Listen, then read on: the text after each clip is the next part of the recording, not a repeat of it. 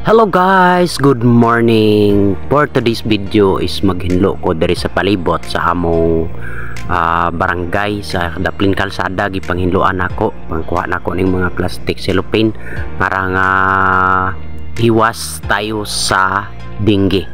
O kaning mga plastic cellophane ipangbutang nato sa mga sako, like sa mga plastic isegregate natog maayo para nga ang mga plastic makwartahan man na, so ibutang nato sa tama nga butanganan, og ang kaning mga cellophane ibutang pod nato sa eksakto nga butanganan pod para nga maiwas pod ta sa mga sakit like sa dengue. Karon kay uso na pod ang dengue, so kailangan nato nga manghinlo gyud sa palibot sa atong community, sa atong balay, like sa barangay. So kailangan jud nga ang advice nako sa mga balay sa tanang barangay nga ginapuy-an kanang labi na kanang naay mga dool sa kanal nga balay. So kailangan jud na nato nga perminti hinluan kanang atong mga kanal, og ang mga basura nato ibutang nato sa insakto nga lugar.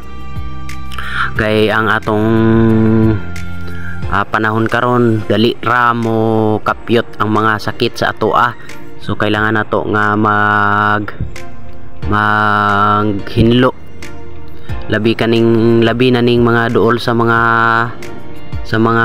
kahoy, sa mga tanom na mga tanom puno og mga dahon sa kahoy diha.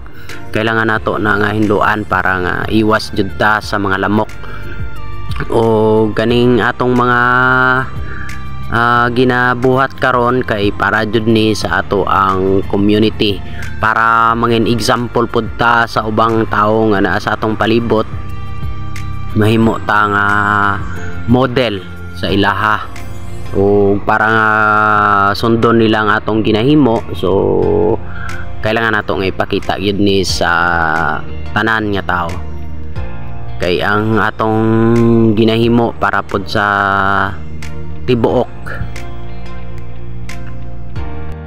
tibuok katawhan sa atong lugar, sa bisag asa nga lugar. So kailangan jud nato nga manghinlo gyud.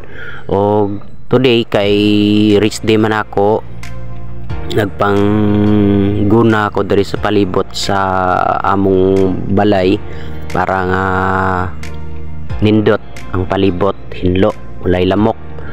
Na may lamok pero dili kayo gyud nga daghan, dili pareha nga kanang mo sulod pa lang ka sa inyong balay, ang lamok sa imo nagasugat na, ga istorya na sa imo nga kani tao ni paako na ko ni ana ingon ang lamok unya. So kailangan jud nato nga ang mga lamok mo palayo gyud sa atong panimalay aron nga ang atong pamilya safety. O dapat kay ang atong palibot diha kung hugaw man or daghag mga sagbot, kailangan nato nga guna kwaon na para nga ang lamok dili mo puyo diha. Kay ang lamok baya dili nato mabantayan, mamaaklag kalit nya nana daytoy dala nga sakit sa atoa.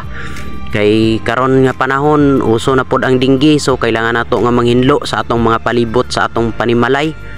O advice lang pod nako sa tanang mga nagapuyo ani nga barangay sa diri sa bisag asa nga barangay, basta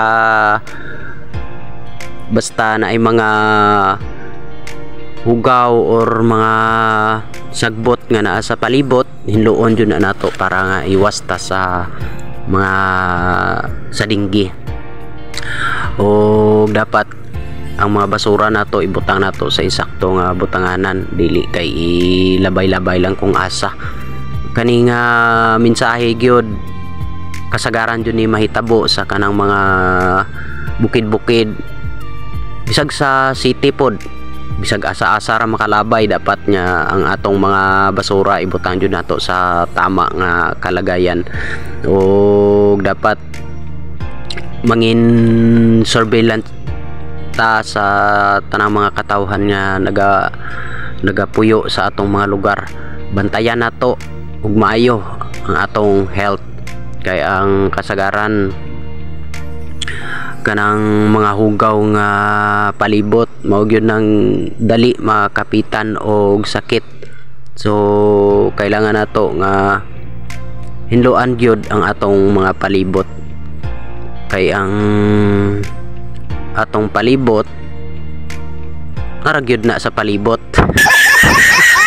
Guys, kailangan nato nga hinluan gyud, promise hinluan gyud na nato perminti atong mga palibot sa atong balay, ug dili lang sa palibot sa atong balay, pati ang sulod sa atong balay hinluan pud na nato kanang mga cobweb diha, dira man nagapuyo ang mga lamok, mga gabitay-bitay diha ang mga sanina. So kailangan jud na nato nga kuhaon jud, ug dapat kay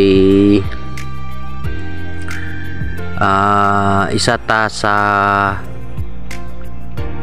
nagapuyo ani nga lugar, kailangan jud nato nga kaning sundon ang protocol nga manghinlo ta perminti sa atong sulod sa atong barangay.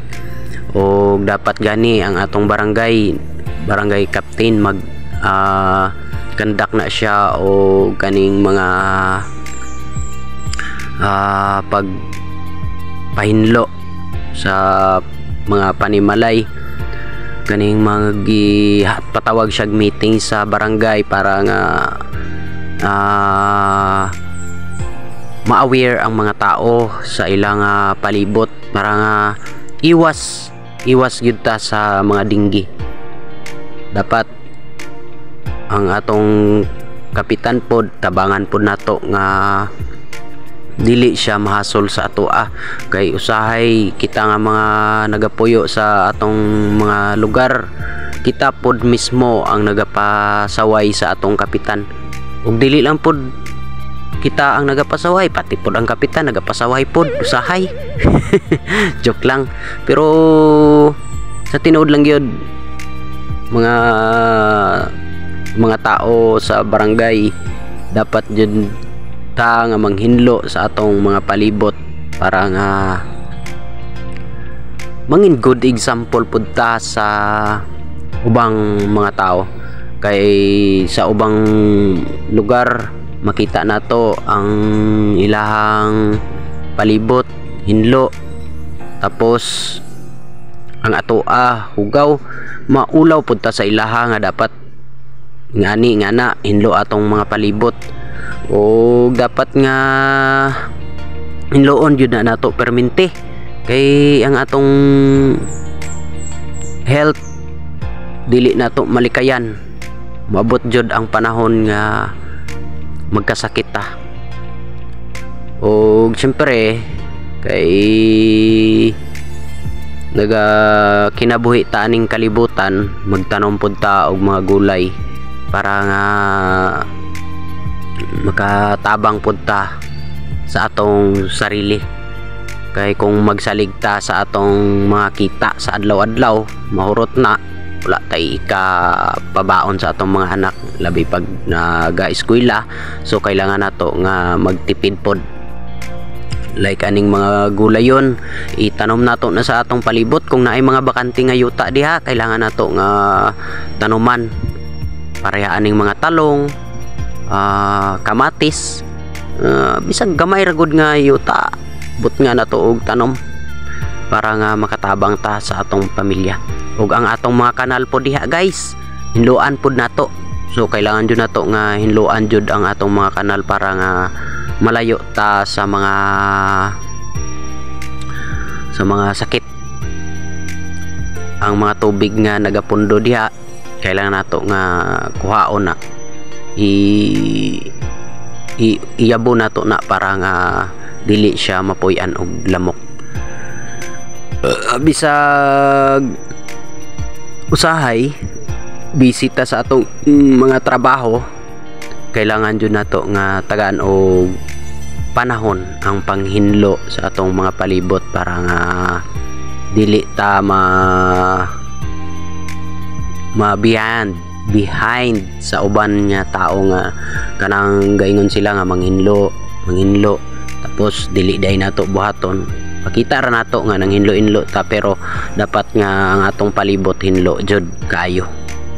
Dili man ingon nga hinlo jud kaayo, kanang makuha lang yun ang mga hugaw nga naa sa ato sa palibot ug ang mga basura nato diha nga mga silupin. Basta sa naingon na nako, kailangan jud nato nga hinluan na para nga maiwas ta sa dinggi. Kay karon padulong na ang tingulan, padulong na pod ang dinggi.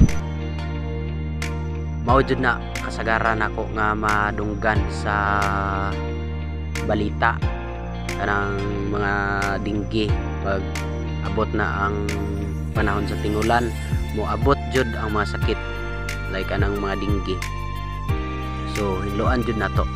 Ang ma-advise nako sa mga katawhan, sa mga tao nga nagapuyo sa atong barangay, manghinlo ta sa atong palibot para nga natong mga health mangin maayo ug dili masayang ang atong pagpuyo aning kalibutan.